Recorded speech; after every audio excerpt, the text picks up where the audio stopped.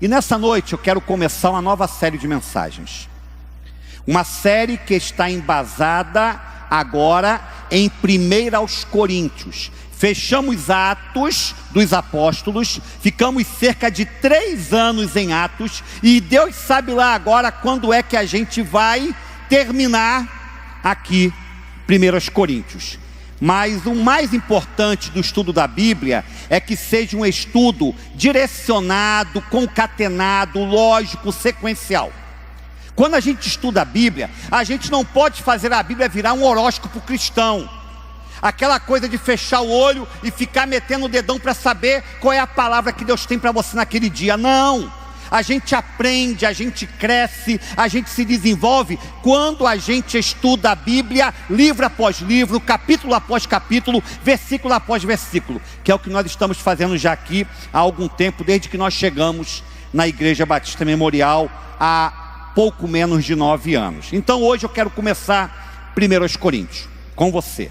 Tá bom? Então, nosso tema para hoje, olha aí, 1 aos Coríntios, a carta de Deus para o século 21. 1 aos Coríntios, a carta de Deus para o século 21. Nossa cultura é extremamente voltada para o sensualismo, para o prazer. Nada é censurado, nem pode ser hoje. Tudo é permitido.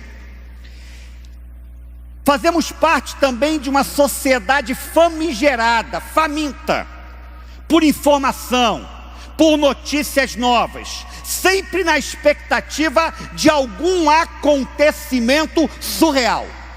Por exemplo, qual é a notícia do momento agora? Lázaro. E não é o Lázaro da Bíblia. Não é o Lázaro da Bíblia. E o nosso povo, um povo brincalhão por natureza, com uma veia humorística que não tem igual. Você já deve ter recebido no WhatsApp, no Instagram, as mais diversas piadinhas com Lázaro. Como é que a gente consegue brincar com a desgraça humana, né? É um negócio que é complicado até de compreender. Vivemos em uma era que é chamada de pós-moderna, pós-cristã, de erotização escancarada nas mídias sociais. Hoje, quando você abre um site, se você não estiver ligado onde você está tocando na tela, você pode muito bem abrir ali um link para algum tipo de foto sensual, para algum convite impróprio. Isso é a coisa mais comum com a qual a gente lida no dia a dia. Fazemos parte de uma sociedade pós-moderna e pós-cristã, onde a prostituição é descontrolada, a pornografia é disseminada, espalhada. Por isso, a primeira carta de Paulo aos Coríntios, ela é mais atual do que nunca, mesmo tendo sido escrita há quase 2000 anos. Porque essa carta, ela vai captar, ela vai apreender os problemas e tentações que enfrentamos hoje como cristãos em nossa própria cultura. Ou seja, repare no que eu estou dizendo. Cada problema que é tratado pelo apóstolo Paulo na primeira carta aos Coríntios diz respeito a problemas que eu e você enfrentamos, todos juntos. Não tem nada aqui que seja restrito apenas a uma época distante, que diga respeito a uma realidade que não tem nada a ver conosco. Tudo tem ligação direta com a nossa vida hoje, em pleno século 21. De todas as cidades citadas no Novo Testamento, Corinto é a que mais se assemelha à nossa cultura ocidental. Ela era uma cidade resort, para descanso, para férias, para relaxamento. Corinto era a meca da sensualidade e da busca do prazer mundano no primeiro século. Corinto também era conhecida pela sua sabedoria. Ela atraía pensadores, filósofos de toda a Grécia e do mundo antigo, que se reuniam nos fóruns públicos e falavam sem parar sobre política, economia e filosofia. Outro detalhe: Corinto era também dedicada à adoração da deusa do sexo, Afrodite. Na cidade havia um templo dedicado a essa deusa, e tínhamos ali, escute isso, 10.000 prostitutas, sacerdotisas de Afrodite, que se relacionavam sexualmente com os adoradores daquela falsa divindade. Então você pode entender e imaginar como a licenciosidade, a imoralidade, a perversidade sexual prevaleciam em Corinto. Às vezes nós olhamos para o nosso tempo, né? E a gente pensa assim: se eu fosse cristão no tempo de Jesus, se eu fosse cristão nos tempos de Paulo, nos tempos de Pedro, a coisa seria muito mais tranquila. Ledo engano. Cada era tem as suas inconstâncias, cada era tem os seus problemas, cada era tem as suas dificuldades de se viver a fé cristã, de se viver em prol do Evangelho. Então o tempo de Corinto, quando Paulo escreve essa carta para aquela igreja, é tão complexo como o nosso tempo hoje, repito, quase 2000 anos depois. Ok, foi a esta cidade imoral, sensual, idólatra, pagã, uma cidade metida, arrogante, que julgava-se senhora do saber, senhora do conhecimento. Foi a esta cidade que Paulo foi enviado para pregar o Evangelho, e permaneceu ali por cerca de 2 anos, 2 longos anos. Ali ele encontrou um casal, Priscila e Áquila, o casal mais famoso do Novo Testamento, casal missionário, que confeccionava tendas juntamente com Paulo para obter parte do seu sustento no trabalho que faziam para Deus. E depois que Paulo sai de lá, atenção para essa curiosidade, atenção para essa curiosidade. Depois que Paulo sai de Corinto, depois de ter fundado a igreja de Corinto e ali ter ficado por cerca de 2 anos, Paulo escreve uma carta à igreja, mas nós não a temos hoje. Ela foi perdida ao longo dos séculos. Vamos ver isso aí? Abra aí e vamos ver também na tela. 1 Coríntios capítulo 5, versículo 9. 1 Coríntios capítulo 5, versículo 9. Estou fazendo hoje, repito, apenas um estudo introdutório. Eu vou cair de cabeça no texto bíblico a partir de domingo pela manhã. Domingo pela manhã. Hoje é só uma ideia geral do que é a carta, do que é o livro de 1 Coríntios. 1 Coríntios 5, 9. Olha o que ele disse: já disse por carta que vocês não devem associar-se com pessoas imorais. Que carta é essa? A primeira carta aos Coríntios. Porque na verdade, essa que nós temos aqui na Bíblia, escute isso, hein? Essa carta que nós temos na Bíblia, que é chamada de primeira carta, ela é na verdade a segunda carta. Entendeu isso? Porque Paulo está colocando aí, 1 Coríntios 5,9. Já disse por carta. Que carta? Não sabemos, não temos nenhum registro dela, foi perdida com o passar dos anos.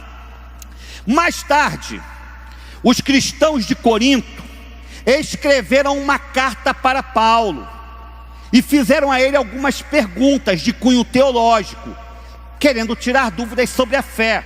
Vamos ver isso aí? 1 Coríntios capítulo 7, versículo 1. 1 Coríntios capítulo 7, versículo 1. Olha o que Paulo fala: quanto aos assuntos sobre os quais vocês escreveram,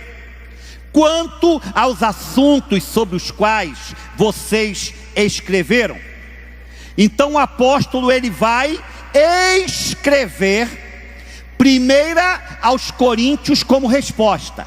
Essa carta de 1 aos Coríntios, que na verdade é a segunda carta, foi uma resposta a esta carta que a igreja de Corinto mandou para Paulo, querendo tirar dúvidas. Ok? Então vamos lá, não perca o fio da meada. A seguir, após ter enviado essa carta, que é a primeira carta na nossa Bíblia, mas que na verdade é a segunda carta dentro da ordem cronológica, a seguir Paulo fez uma visita à igreja, mas aparentemente ele não foi bem recebido lá. Ele não se entendeu muito bem com o povo da igreja, e Paulo saiu magoado, entristecido de lá. De Éfeso, onde ele estava, ele escreve uma dura carta para a igreja. Vamos ver isso aí? 2 aos Coríntios capítulo 7, do 8 ao 12. Mesmo que a minha carta tenha causado tristeza a vocês, não me arrependo. Vai para o 12 direto, vai para o 12 direto. Para o 12 direto. Assim, se escrevi, não foi por causa daquele que cometeu o erro, nem daquele que foi prejudicado. Então olha aqui para mim, se liga. Essa carta que Paulo fala, que gerou tristeza na igreja de Corinto, se perdeu também. Se perdeu também. E ele cita essa carta na segunda carta aos Coríntios, que na verdade é, escute, a quarta carta aos Coríntios. Então, não perca o fio da meada. A primeira carta de Paulo se perdeu. A segunda carta é a primeira carta que está aqui na nossa Bíblia. A terceira carta, que gerou uma polêmica com a igreja, uma dificuldade com a igreja, se perdeu. E nós temos então a quarta carta que Paulo escreveu, que é a segunda aos Coríntios, que nós temos em nossa Bíblia hoje. Então, na verdade, Paulo tinha por essa igreja um amor, um carinho sem medida. E o interessante é que essa igreja caluniava Paulo, amaldiçoava Paulo, maldizia Paulo. E ainda assim Paulo a tratou com todo amor, com todo carinho e com todo respeito necessário. Então, amados, quando nós lemos a primeira carta aos Coríntios, e nós vamos tocar em muitos pontos interessantes, eu considero essa carta a mais interessante do Novo Testamento, porque ela trabalha realidades que são as nossas realidades. Ela vai falar de picuinhas, de problemas, de lutas, de porfias, de crises no meio da igreja, naquele tempo, que são as mesmas hoje. E aí a gente percebe uma coisa: o povo de Deus é o mesmo povo de sempre, só muda de época e de endereço. Essa é a verdade. As mesmas lutas que aqueles irmãos que viveram na época de Jesus enfrentaram, são as mesmas lutas que nós enfrentamos hoje. Só que logicamente, sob uma capa distinta, a capa da contemporaneidade, a capa da modernidade. Mas os problemas são os mesmos. Então observe, quando nós lemos 1 Coríntios, a gente descobre que aquela congregação, ela vai se tornando difícil, problemática, complicada. Certamente a igreja mais cri-cri do Novo Testamento. Só que a igreja de Corinto também tinha muita coisa a favor. E aqui eu quero chamar a sua atenção para uma coisa. No meio de qualquer igreja, por pior que ela possa parecer, Deus sempre mantém um luzeiro aceso. Sempre tem alguém que é dele, que pertence a ele, um remanescente fiel, que paga o preço de viver a fé, mesmo quando a maioria não quer vivê-la. Quando nós analisamos a história do cristianismo, Nós temos a idade medieval da igreja, considerada como o período das trevas espirituais. E mesmo ali, na idade medieval, quando a igreja estava corrompida, quando a igreja estava vendendo a salvação por trocados, por moedas, nós tínhamos homens e mulheres que não se curvaram diante de Baal, que não aceitaram adorar a outros deuses, que não se desviaram dos princípios básicos da palavra. E isso é para nós motivo de conforto, isso é para nós motivo de consolo, porque independentemente da caminhada da igreja, de quem esteja à frente dela na terra, é o Senhor quem a conduz para a eternidade. E aquilo que Deus determinou para a igreja, aquilo que Deus quer fazer com a igreja, nada nem ninguém vai impedir em nome de Jesus. Então a igreja de Corinto, embora fosse tão difícil, a ponto de gerar tantas exortações, ela também tinha os seus pontos positivos. E Paulo vai chamar a nossa atenção para o fato de que aquela igreja, assim como nós hoje, recebemos a Cristo pela fé e pela graça. E assim aquela igreja, como nós hoje também, ao recebermos esta fé e esta graça, começamos a viver uma nova vida com Jesus. Então Paulo vai fazer, no primeiro capítulo ainda de Coríntios, de 1 Coríntios, uma declaração muito importante. E é a declaração sob a qual todos os outros pontos dessa carta estão firmados. Vamos lá? 1 Coríntios capítulo 1, versículo 9. Fiel é Deus, o qual os chamou à comunhão com o seu Filho Jesus Cristo, nosso Senhor. Essa é a verdade central da primeira carta do apóstolo Paulo aos Coríntios. Fiel é Deus, o qual os chamou à comunhão com o seu Filho Jesus Cristo. Nós somos chamados para compartilharmos, para provarmos, para bebermos da vida do Senhor Jesus, da vida do Filho de Deus. Tudo o mais que se segue nessa carta está firmado nesse versículo e na comunhão com Cristo. Como é que a carta aos Coríntios é dividida? A grosso modo, ela tem duas divisões principais. Os primeiros 11 capítulos trabalham aquilo que poderíamos chamar de carnalidade. Do capítulo 1 ao 11, o tema seria carnalidade. E do capítulo 12 ao 16, o tema seria espiritualidade. Capítulo 1 ao 11, carnalidade. 12 ao 16, espiritualidade. A carnalidade inclui tudo que está errado com a igreja de Corinto, tudo que precisava ser mudado, tudo que precisava ser consertado. E a espiritualidade inclui tudo que a igreja precisa fazer para corrigir o que está errado. Então, por isso, meus amados, minhas amadas, nós temos muito a aprender aqui.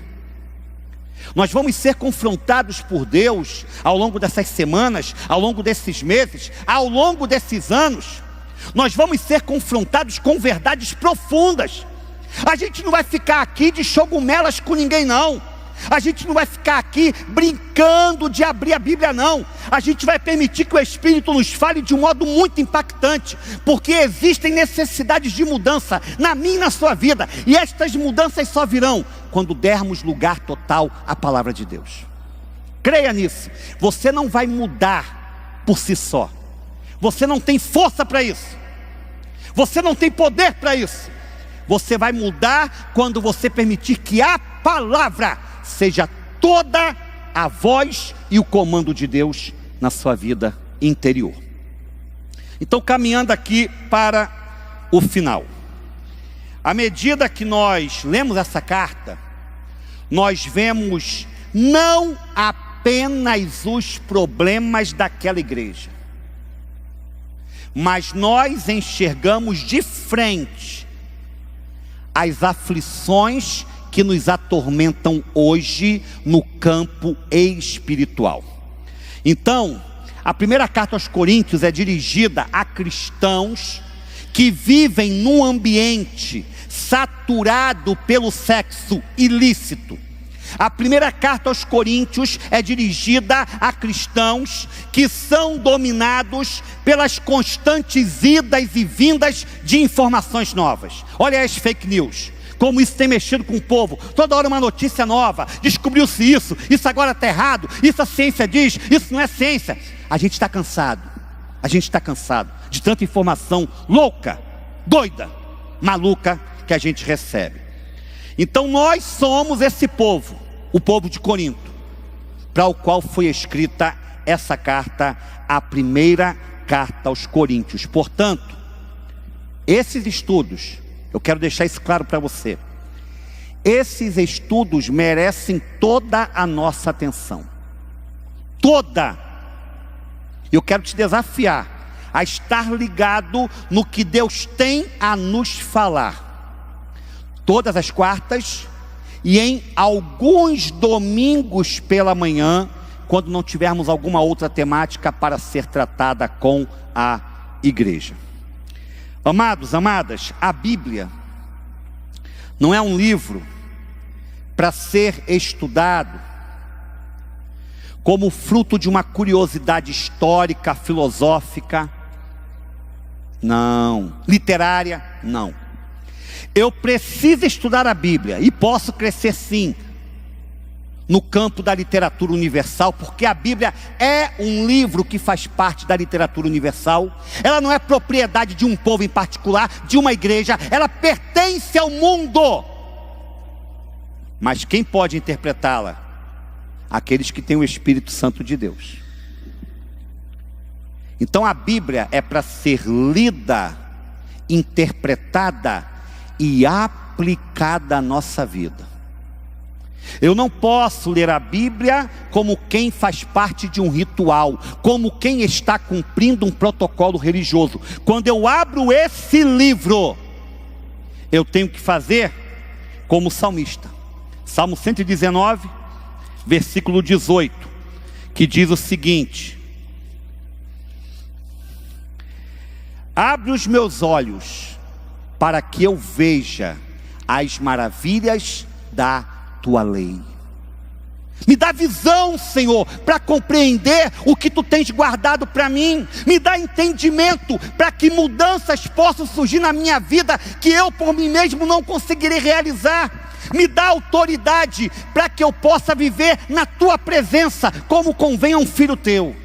Então abre os meus olhos, Senhor, porque eu quero contemplar o que a tua palavra tem de melhor para a minha vida. Que ao final desses encontros, repito, que vão durar meses, que vão durar anos, que ao final de cada encontro, nós possamos ter a convicção de que uma nova luz brotou em nosso interior. E alguma coisa que precisava ser mudada, ela já está sendo trabalhada pelo Espírito Santo de Deus em nós. Amém? Amém. Vamos ficar em pé? Hoje foi light, só introdução. Domingo pela manhã eu vou começar a cair de cabeça nesse texto e me estendendo aí nas quartas seguintes. Quero convidar você para que domingo agora você esteja presente. Você que está em casa participando conosco e você quer congregar, quer ser membro da Igreja Batista Memorial, no próximo domingo pela manhã, após o culto, após a palavra, será o nosso momento de recebermos os novos membros. Você que já tem participado conosco, então você pode me procurar em off depois e a gente vai estar conversando, tá bom? Tanto quem está em casa como quem está aqui também à noite. Então vamos orar ao Senhor nesse momento, vamos falar com Deus. Muito obrigado, Senhor. Obrigado pela maneira como o Senhor nos fala, pela tua palavra. Obrigado pela forma como o Senhor nos conduz na tua verdade. Obrigado como o teu Espírito acalenta o nosso coração e nos traz essa paz que excede todo entendimento. Eu quero te pedir por cada pessoa aqui, por cada vida presente, para que sobre cada uma destas pessoas repouse o teu espírito de paz, o teu espírito de graça, o teu espírito de sabedoria, o teu espírito de transformação. Que vidas estejam sendo incomodadas, que vidas estejam sendo impactadas pelo teu poder, e ao saírem daqui, saiam com fome e sede do Senhor, fome e sede pela tua palavra, fome e sede pela oração, e algo novo verdadeiramente aconteça. Aqui está o teu povo, e esse povo precisa ser cuidado pelo Senhor, em nome de Jesus. Amém.